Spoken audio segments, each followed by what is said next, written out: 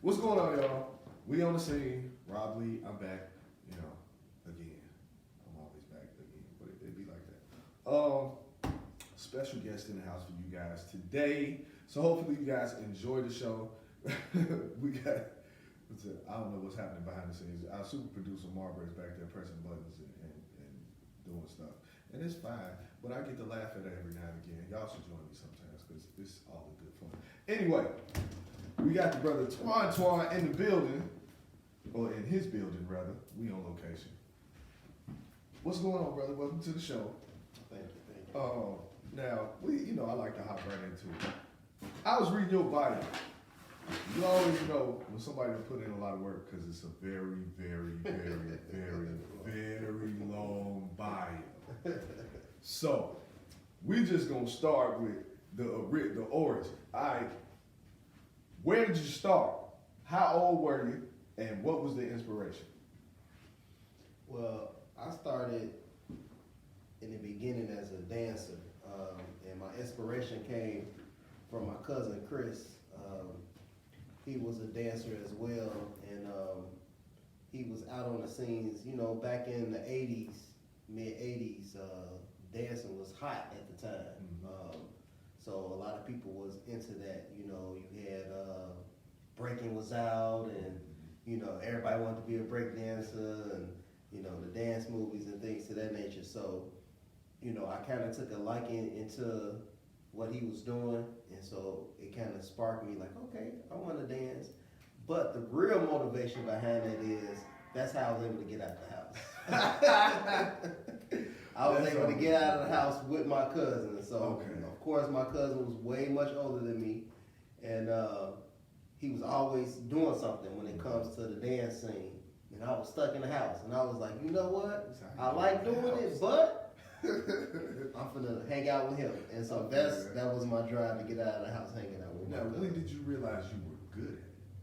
Because looking at the bio, you damn good at it. I've seen some clips. So what happened was, back then the places to be was like the rink, the roller rink back then. So I noticed my talent when I went to the rink for the first time, and my boy Kareem, he's a music producer / DJ. He had just brought out a track. He debuted it at the rink, and he had me to come out on the track. And when I came out on his track and he debuted it, the whole place went up. Mm-hmm. At that moment, I was like, he's like, I'm on to something. I'm on to something. And so that was the spark at the roller rink on 87 in Chicago. That was the spark for me to start taking it real serious. Because at first, it was just something I loved doing and to get out of the house. But when I heard those people, the rink hall maybe like about 500 or 600 people. Yeah. But on the part where the dance floor, it probably was maybe like 200 some people over there. Mm-hmm. And to hear everybody go crazy, I was like, okay. Okay. Now, that was when you realized you were good at it.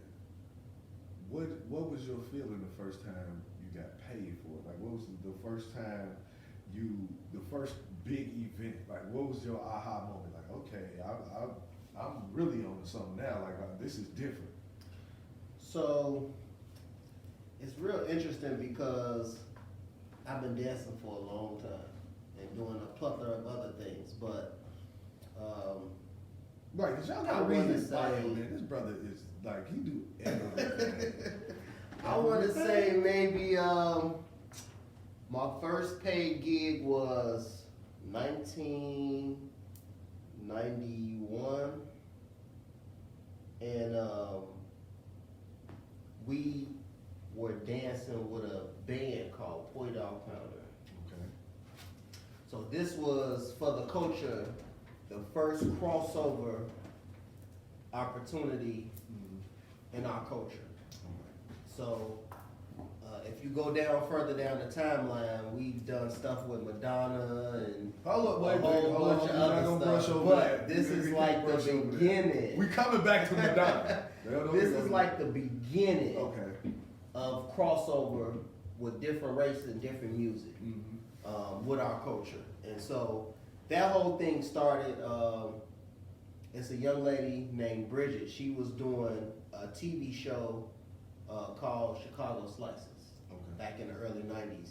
And she came to our school. Well, I wasn't going to the school at the time, but a lot of the members that danced with us, the group House-O-Matic, was going at the time going to Robeson High School and in Inglewood, and this young lady named Bridget seen them dancing and was like, hey, I got a TV show I want y'all to be a part of. And so we brought her to the neighborhood.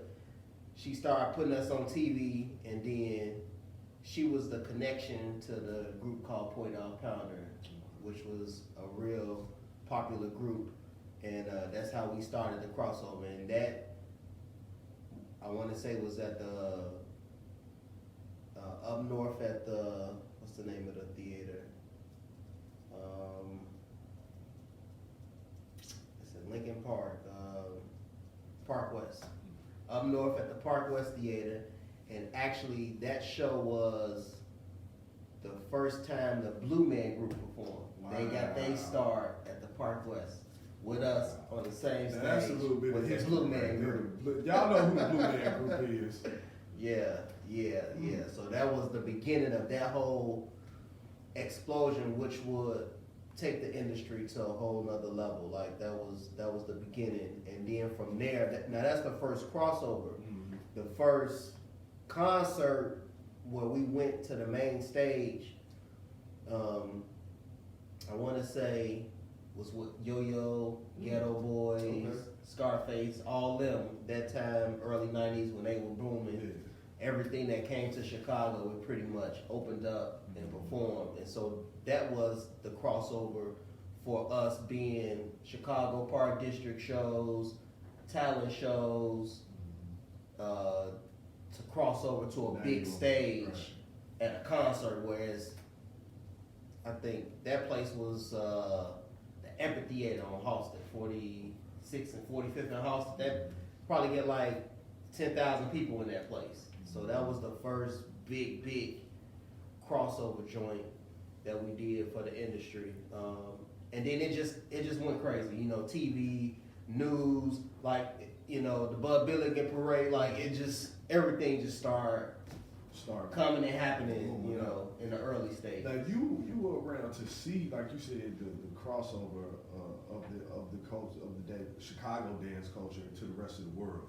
When that started happening, what were you seeing? Like, what were some of the things you were seeing adjust in the game to the new lane that you guys had created?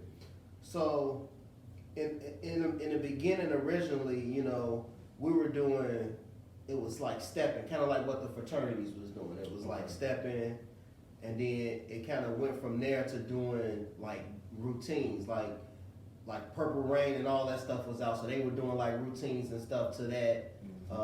And then it kind of advanced to doing hip hop. So like we were doing hip hop routines to songs. So whatever song was hot, H-Town, Jodeci, all those was hot in the 90s. So we'll make up routines to those songs. Boys and girls together, do a little routine together. Then the boys had their routine, the girl had their routine. And then from there, we'll go to a fast routine to the music, what you would know as today will be like ghetto house. Okay. So that's the music that we dance to. Once we did the routines, we ended it off with a fast routine to the ghetto house music, which was the finale. Like everybody seen the routines, they liked it, but then when you got to that fast routine with that ghetto house music and that bass line, that 808, everybody went crazy. And that's so what the I grew up crowd, on. yeah. I grew up on ghetto.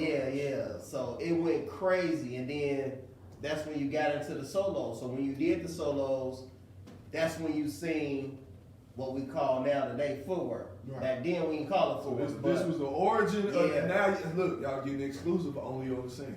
Now we're getting the origin story of footwork. Yeah, so footwork originally started on the west side in the mid '80s, and yeah, and so yeah, you got to give them their credit. It started there. We had a few people, you know, from our group that was going out to the factory. Okay. And and they were seeing people doing the move now. So what made it unique for us was if you take a person from the west side and take a person from the south side and have them to footwork, it's totally different. Right. And the original dance was called the Ghost. That's Ghost. the name of it. It's called the Ghost. I never knew that. And so they were doing the Ghost out west. We seen it and we brought it back to the south side. So anything we do on the south side, we got to put our own sauce on it. Right. You know, and so we call it the Holy Ghost. And we changed the whole conception of it, you know. Right. And so that's how that particular dance came about. And that maybe was like towards the end of the 80s, maybe like 89, going into 90, all that ghost and footworking started to emerge on the scene. And but still, it didn't get the recognition until mid-90s, where it started to really ballooned out, Yeah. and footwork was just the thing. Boy, we used to be at them house parties and them white parties, tied to them up. So what was your best party you went to? Best party I went to? That was like, That was I gotta like- go there. Like, what was that place? Man, it was it used to be a YMCA. I don't even know what it is now. It used to be a YMCA on 111th. Right off of Windward. Yep, right off of Windward. Yeah. And man, Yeah. it was on Friday and Saturday nights. They used to throw parties up there. Spin. Yeah. Yep. Mhm. Man, we went up in there and it was packed wall to wall because they had us in the gymnasium. Mhm. The gym wasn't Yeah. that big, but it Yeah. was big enough. I was And there. everybody from Rosewood was packed up in that Yeah, joint. So I the was who's definitely in there. of anybody was in there, and if you couldn't get in, I don't know, you might want to rethink your popularity or whatever. But it was cracking every time I went And there. that's more on in the second, third generation Yeah. partying is what we call Yeah, it. because this was like, what, 97, 98, Yeah, in the 99. 90s. Yeah, into the Mhm. 90s. So prior to that is what we call the iconic party, the legendary parties, Okay.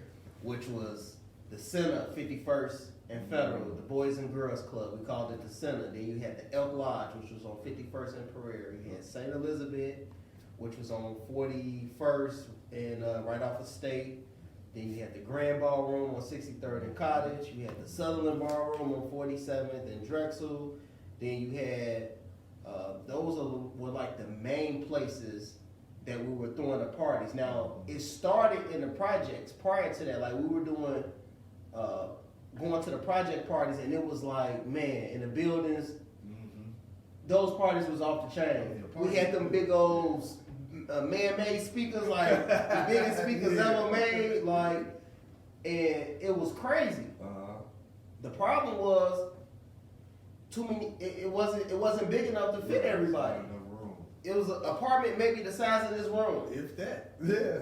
really like a living room, Uh-huh. because you couldn't go in the bedrooms, you couldn't Right. go in the kitchen. So you It's just just literally the living room. So this The living space room is this, was the party. and So you got outside the door. it got so in demand and so little of a space, it forced us to find to expand. And so that's how we wind up in the Center. That's how we wind up in the Sutherland. That's how we wind up at the Elk Lodge. That's how we wind up at these places because we could no longer fit in an apartment. You know what I'm saying? And so those parties was iconic. Like people, that's all they did. They prepare. Like we do a party this weekend, and the Everybody next get one ready was for 2-3 weeks out or a month out. Like everybody couldn't wait till that. Like everybody get ready. They get their buy fits early, outfits, get their gym shoes man, early. like, Everything got to be ready. it was like that was like the Grammys right. of our generation. Like Right. you gotta go to that party. Like, and then back then it wasn't no internet. Right. So Wasn't it was no all word of Facebook. mouth. It was all you had Wasn't to no be. none of you that. know, you had to be in the network to know what was going on. So now you can get online and look at dancing, look at whatever. Back then, in order to get dances, you had to go to the party. You had to be And you had to hope that the person Right. that you wanted to dance like would dance and go in a circle. Mhm. It was crazy, man. It was just a different time and feel back then than it is now. It's night and Absolutely. day. It's night and day. And the people from back then appreciate it a little bit more because it's kind of like our ancestors, or the people, maybe 2 generations before us. You know, those are the people that got hosed down with the water hose, got the dogs sicked on them. They couldn't drink out the water fountain. They couldn't ride on the bus. Like the stuff that they had to do to get those freedoms, it's kind of like the stuff we had to do to be able to be in that limelight. You know what I'm saying? So that passion and that drive is different from a person now because they don't have to go through the fight. Exactly. To be able to experience something. It's kind of like the microwave. It's instant. You use the microwave. We had to do the oven situation. Right, you had to put it in the oven back in the day. Now everything instant. You got it. You don't value it the same. Yeah. Now, just off of you guys doing what you did, you coming to my generation and younger, you had so many different dance troupes and groups and all inspired by what came before them, especially when it comes to the footwork and because my generation just went crazy with it. Mm-hmm. How does that make you feel when you see a group of maybe now 10, 15-year-olds putting a group together and basically doing it again? Mm-hmm. How does that does that give you a nostalgic feeling at all? It's like a double-edged sword. One end is like they not doing it right, you know, and then another end is like I'm glad that they pushing the culture along. You know what I'm saying? So it's good and bad. You know what I'm saying? Because back then, to be in like you just couldn't get in those dance groups. Like you had to try out, and then you had to go through a whole lot of red tape to be able to get into a dance group. And then when you did get in, it's a whole lot of stuff that you had to do and put up with to even stay in a group. And then to even perform is a whole another set of parameters. So it was like pulling a tooth. You know what I'm saying? It's like being on a real team. Yeah, if you want to be a starter, you got to prove you're a starter. Yes, absolutely. And so on and so forth. And so now that don't even exist. Like it's like okay, we doing this. Yeah. Like no structure, no nothing. nothing. In the living room one time, get it right one time, and go viral. Now you everywhere. Absolutely. You know, have to put the work in. Yeah, so it's like I said, it's night and day. But once again, you know, you got a good feeling because you see that the culture from where it came from and where it's going, and it's still moving. So it's gratitude because of the train is still moving. Now, do you feel that Chicago gets the recognition it deserves when it comes to this style? We don't get the recognition for nothing. Because you said, you know, we watch music videos and see different performers all the time, and it's like, wait a minute, what did you, man, come on. But they never recognize where they got And it. so it's kind of like how the slavery was. They went over to Africa, found one of the guys, hey, we're going to pay you, get them, bring them to the boat.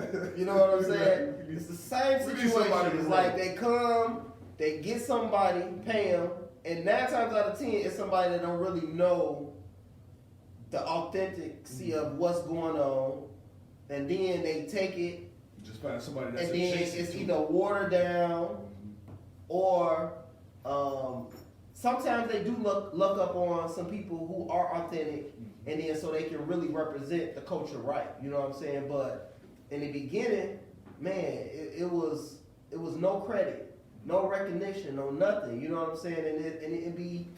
It's just mind-boggling because it's like us as a race, we don't get credit for nothing, man.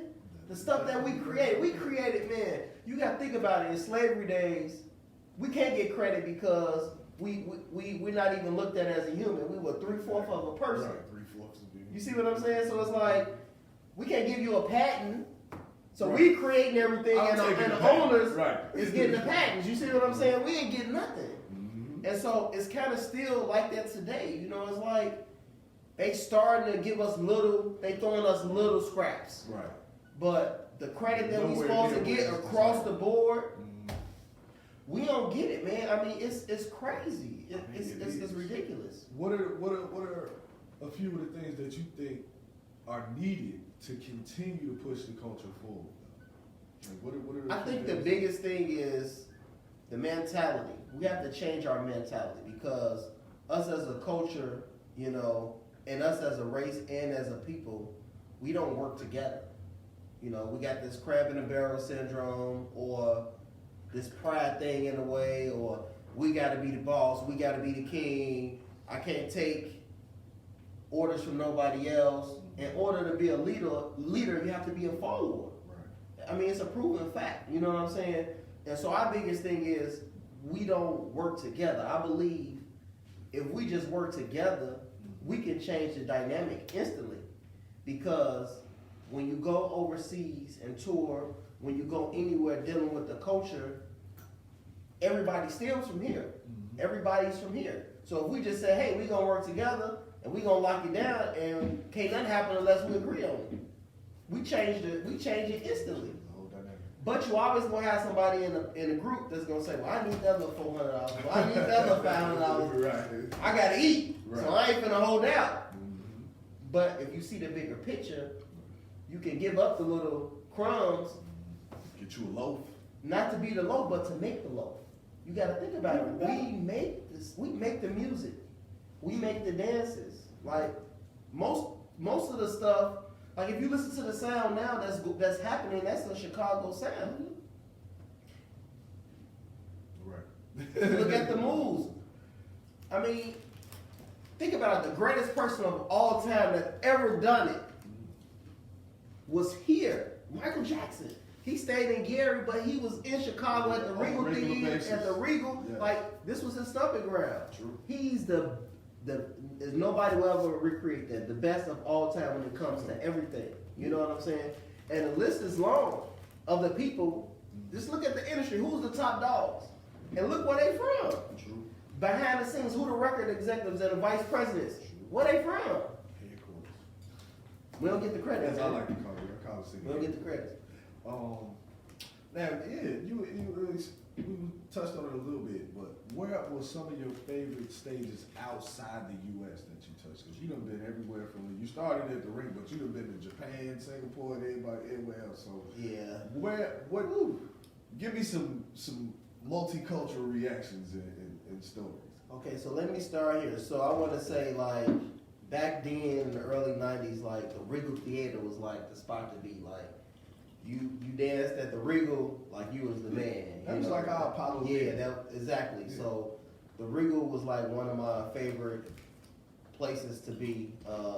And then from there, in Chicago, because I've played, I performed at every venue here for the most part. Like I've done the United Center, I've done Soldier Field, I've done Park West, I've done even all of the spots up north, like the Vic Theater, the Metro, like every theater here, I've pretty much touched the stage, you know, and every venue have their own little unique thing that you can say that you like about it.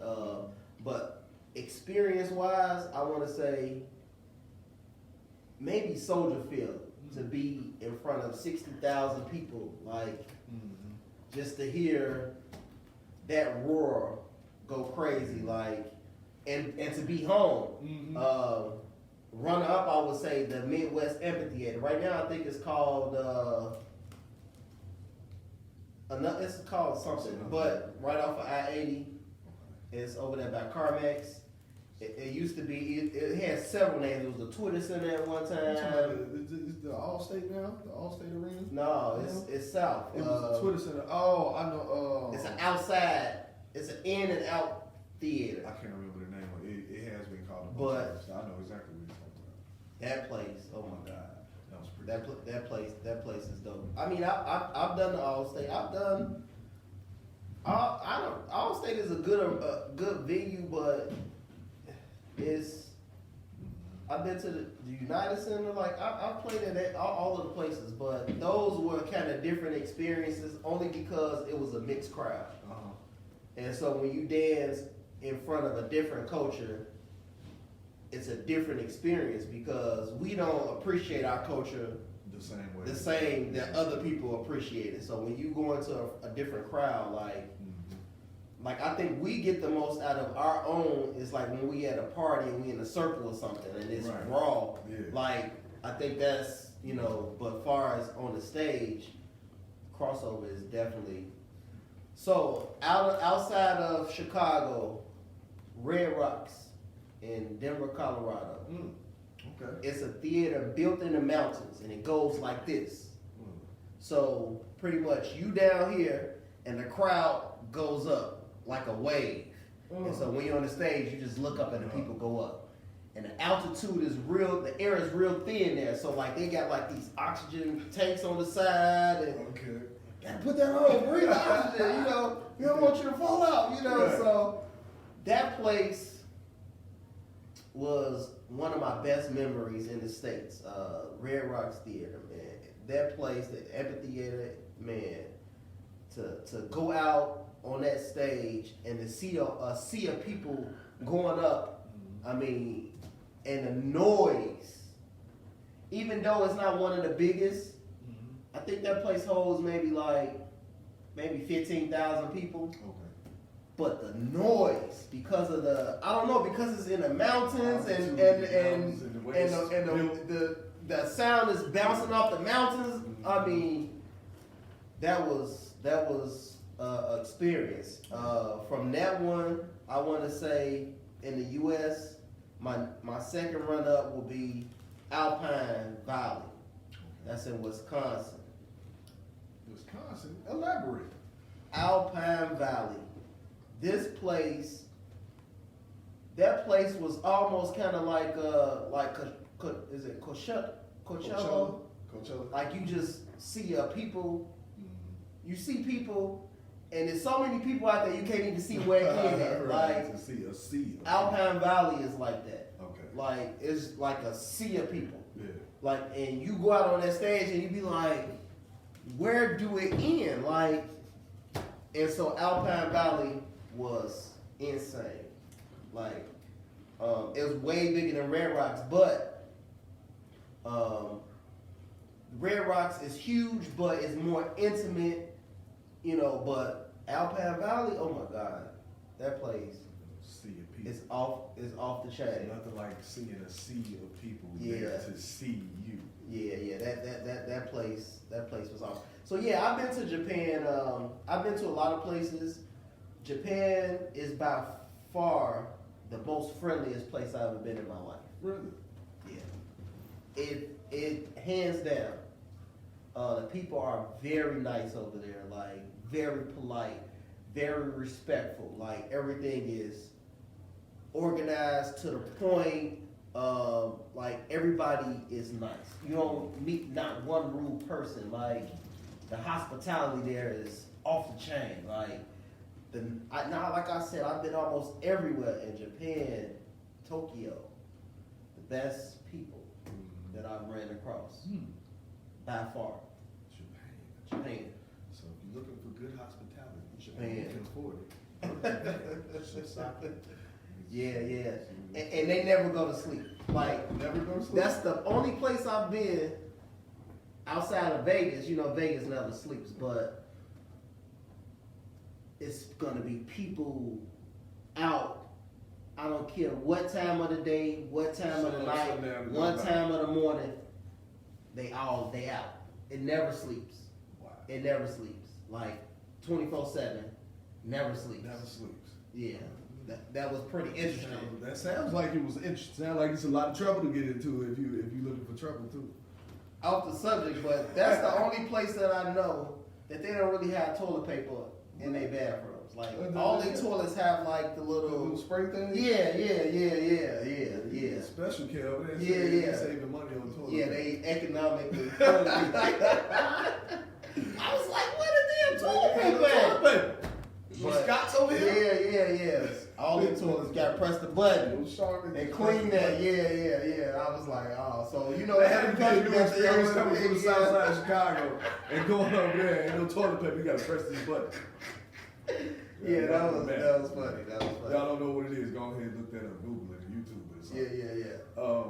But yeah, so I want to get into your philanthropic side. Now tell me more about the urban art, or tell me about the urban. What was the inspiration for it, and where you trying to go with it? Where have you gone already? The urban art. The urban art is pretty much a lifetime of things coming into fruition, stemming up since the beginning. You know, you got to take in consideration of a lifelong career of things building up into the urban art. And so it's a lot of emotion that's wrapped up in that. And you got to think about it like, I've been in the industry nonstop all my life. Like, it's never really been a downtime, industry-wise or career-wise.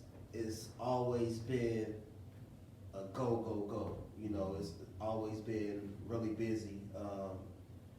Even thinking back to grammar school, like, it just was a different situation for me because I was always like on tour, on the road. I remember we was touring with Immature. When Immature was, man, yeah, that was. I would never.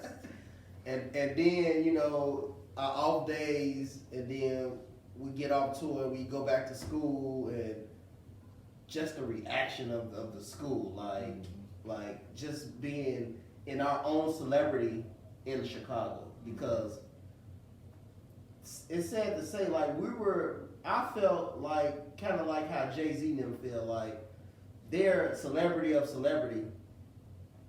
But back in the early 90s, if you were a part of the culture and you were a part of one of the major groups, like, you had that type of attention. And then to be able to go on tour and experience all the stuff that major artists experience with the tour buses and the thousands of people, the fans, like, just to be able to experience that, like, it was just amazing. Like, just, you know, so you got a whole bunch of feelings and emotions of experience wrapped up into this thing that we call the urban arc. So, creation of the urban arc. I was in Hawaii, and I was on the ocean in a boat, and touring, you know, the waterways and looking at the mountains, and God spoke to me, and He was like, Noah's Ark. Like, He gave me like a vision of the whole Noah Ark situation. And I looked at the type of boat I was on, I looked at the water, and I just had this vision flowing. So it stemmed in Hawaii. Okay. And I left Hawaii on tour, and I went to New York. Right across the street from Trump Tower. Don't kill me because I said Trump, y'all. Don't kill me, please. He's gone now. Don't shoot the missiles through the screen, guys. But right across from Trump Tower in Central Park is a statue of a boat, and then it got this wall connected to it, and it got these people on it. So God had gave me the vision when I was in Hawaii, and when I left Hawaii, my next stop was New York. And when I went walking through the park, this big boat just popped back out again. I'm like, what's going on? You know, so that's how I got the whole vision of the logo and just all of that. That's how that whole vision came. So the urban arc. So it's urban meaning the city, because we stay in the city, and the arc meaning the boat, resembling Noah's Ark. And the ark situation happened is because we don't have a home. So I wanted to create a home industry where no matter what part of the industry you can have a home to come without any restrictions, without any red tape, free for all. We starting over, it's new, everybody comes. So whether you a dancer, a rapper, a singer, theater, music production, anything dealing with arts, entrepreneurship, just anything as you start in a new beginning or trying to further yourself in the culture or whatever culture you in, the urban art is a boat, is a house, is a facility for you to be able to come. And so we're non-for-profit, so our thing isn't money. You know, of course you need money to operate, Right. but you know, I pray and I serve a higher power, and through the mix, he'll send people to be able to provide for the organization for us to be able to operate. But, you know, the vision came from years and years of me wanting to do a not-for-profit, me wanting to do a school, me wanting to give back to the culture. But we, as we all know, we poor. You know, we just can't say we want to start an organization. Where we gonna get the money from? We from Chicago, Inglewood, all these different. We poor. You know what I'm saying? So it's like, I'm pretty sure anybody dealing in any culture will want to do something like that, but they just don't have the tools or the means to do it. So I said, whenever I get some money, I'm gonna give back and I'm gonna create a house for us, because we've been doing this since the beginning. I go overseas, they ask me, when we come to Chicago, where do we go? To see the culture, to experience it, where do we go? They got nowhere. I got tired of saying that, bro. Like everywhere I go. When we come to Chicago, where we go? Yeah. It's nowhere. And then if you ain't coming to Inglewood. It's definitely embarrassing. Like, Yeah, it's like, I ain't got no home. Right. I'm homeless. Right. And so now you got all of these things rattling up. And so I'm a accomplished developer, and you know, I've done well for myself, and I had some extra money, and God placed it on my heart. He said, this is the time right now.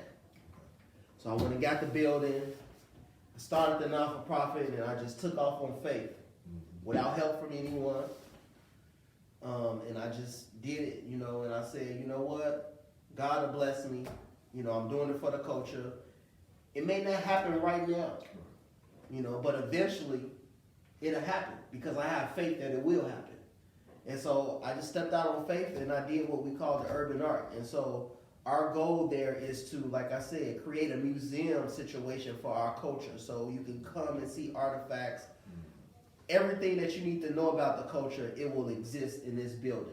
And so when you come to Chicago from wherever you at, you can be able to come to this building and learn about our culture, whether it's through music, Chicago footwork, juke music, ghetto house, whether it's through the dance groups, the footwork crews. Like, you'll be able to get that history that don't exist anywhere. You'll be able to come to this place and get all of this history.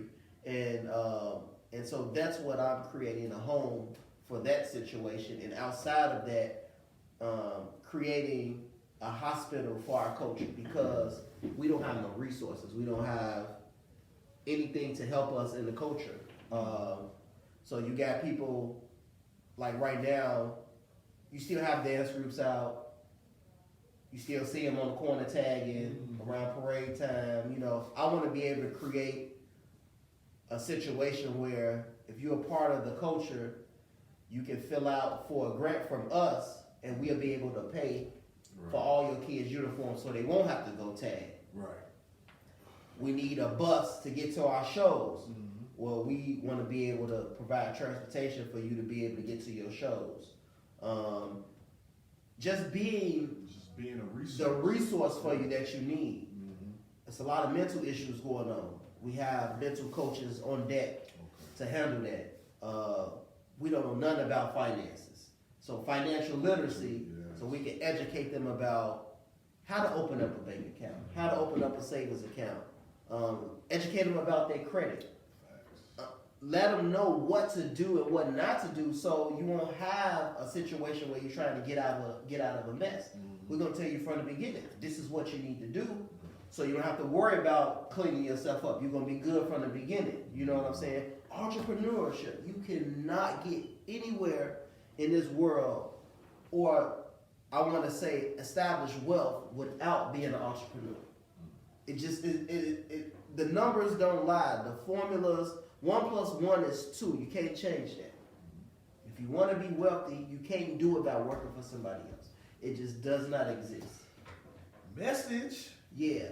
So we want to educate our people on how to become entrepreneurs and how to establish the right tools they need to be able to succeed. And when I tell you people, this is not rocket science. This is not learning algebra mixed with geometry mixed with calculus, like it's a simple formula that anyone can get. It's almost like learning your ABCs or knowing your basic mathematic equations. Like it's very simple. Once you know, and you can apply it. And all you have to do is follow the steps. So we're open to doing that. Helping you start your business. Right. All of the tools that you need to be able to get you to that push. That's what we try to do at the Arc. And so that's our goal, man. Well, we definitely appreciate that. And if you guys, y'all, I know y'all hear it, we always take donations. So if you want to donate to the cause, give them the website. So you can go to www.theurbanarc.org. Again, www.theurbanarc.org. So www.theurbanarc.org, and you can donate there. Everything on social media platforms is the Urban Arc. But ain't no donation too small. So whether you want to donate money, whether you want to donate your time, whether you want to donate a service, like the sky's the limit, because we have to work together to be able to rejuvenate our people in our community. So, it's not a such thing as I ain't got nothing for you. It's always something that you can do.